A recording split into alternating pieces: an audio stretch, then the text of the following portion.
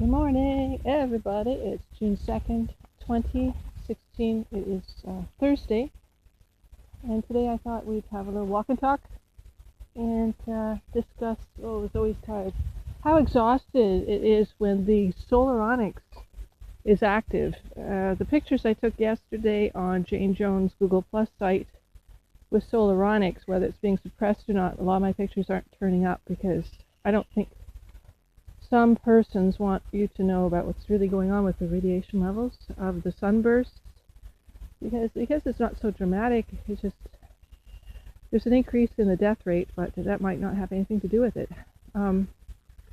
If we want to know what to do with the Solarionics, I have a plan, but nobody wants to listen to me. He's talking about harmonics, solar harmonics, universal harmonics. It's sort of like this. Spheres like a certain kind of harmonics. And the sun, behind the sun is the great singularity, which is a sphere that has no end. Okay, it doesn't begin or end. And you know that the sphere does not begin or end. There's no beginning or end to a sphere. And you might think of it in three-dimensional duality way, but it's very hard for us to conceive of the great singularity. Being that we only contain a singularity cell within us, and it's a mother cell soul. The first cell that we ever had, what we're born with, what happened before the mitosis, before we split. Okay? I'm going to say lately, when it's really interesting, and the form of the shape of which was really interesting to me, was the molecular form of our star, of our sun, when you got to see the ionic formation, which is basically showing us, I don't know in the duality what it's showing us exactly, but it seems to, oh, there's a little dragonfly there. It seems to be showing us a part, boy, there's a lot of traffic today. It's awful. I thought we'd have a nice peaceful day today, but it's busy. And yeah, it's just lots of construction going on here. I think all the properties on the beach have been sold, thanks to the society called Muir that is around here, and that we wanted to conserve a great deal of this area. Now, I was hoping that that cedar down there was going to be bought up by the Muir conservationists that own the redwoods and other places in California, because really, I don't know if they did, it was private sale or not, but I know around here that the Soggy Maitland natives, I believe, have been buying up the area of the watershed area, because a lot of this is watershed around the Great Lakes that's very necessary for the wildlife. And since more and more erosion of the wildlife is being encroached upon, we have to conserve somewhat, of course, anywhere we can, and live in harmony. I mean, we can live in harmony with the nature, of course. So wooded areas and you don't see that. You don't see subdivisions. They just wipe out every tree, and they build these huge multiplicity homes that are so, to me, they just, they don't, well, they do grow trees afterwards, and they can, but it takes about 20 to 50 years, maybe 100 years to get back the nature that they tore down in roughly 2 days. And it's a shame, really. It's the biggest shame of our lives to see nature being interrupted in this way.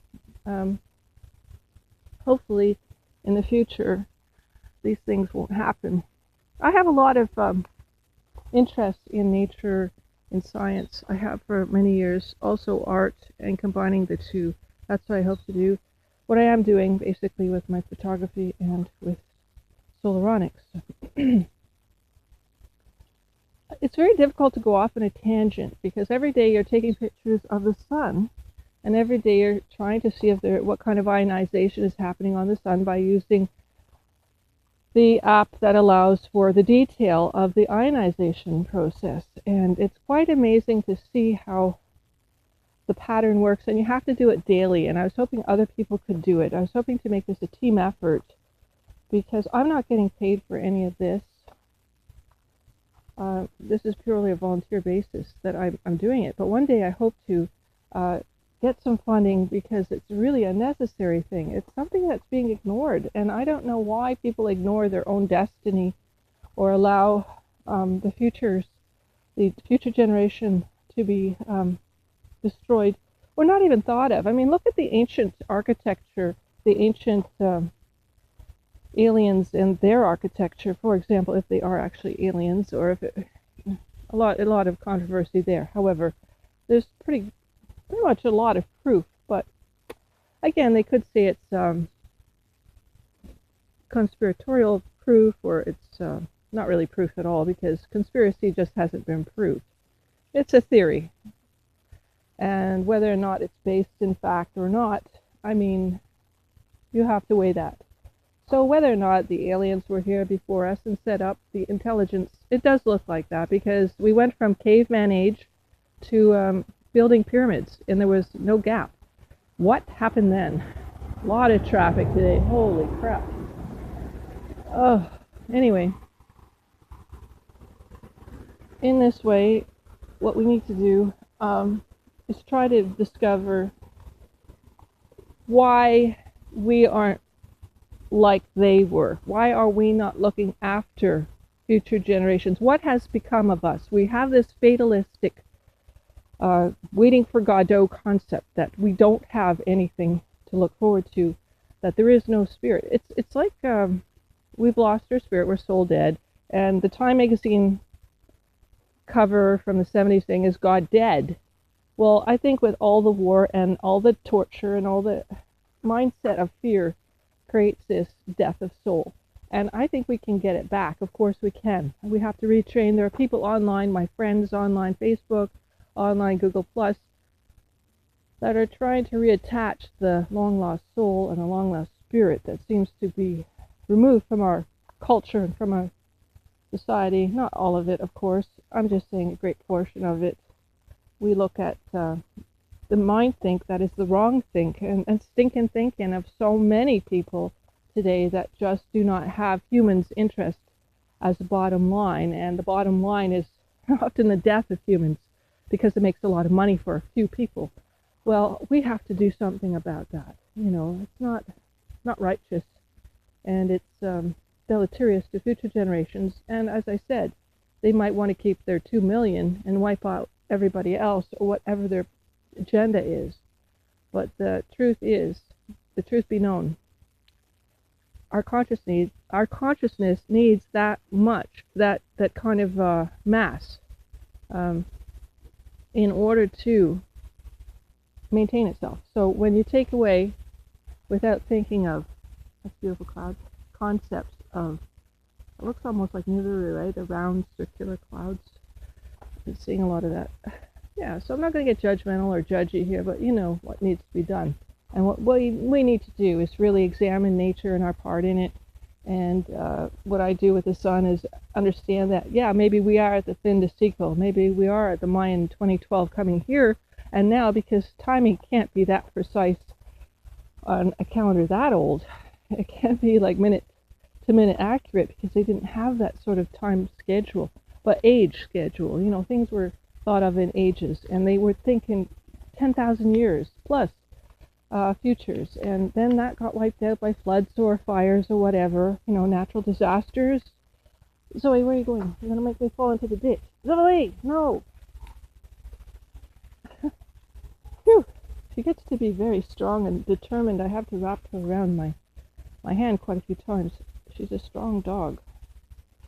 And anyway, so what I want to say is that we can work together on Solarionics. It was always meant to be a public format, contributing format, and a volunteer format. But as I say, if I can get Patreon, a patron of the arts, a patron of science, anyone who respects life for what life is, life, and allow it to nourish and flourish, then, in fact, we can go into many different areas and endeavors that have a naturalist type of theme to them. And like Robert Moore and the Sierra Club or other groups that may have been taken over by nefarious groups. I won't say their names because we all know who they are. But eventually, I mean, originally the intention was good. I mean, let's save the land for future generations. Why not? What is wrong with doing that? We can still live in cities and have nature too, but we don't have to be blocked from nature. We can appreciate it and live in it.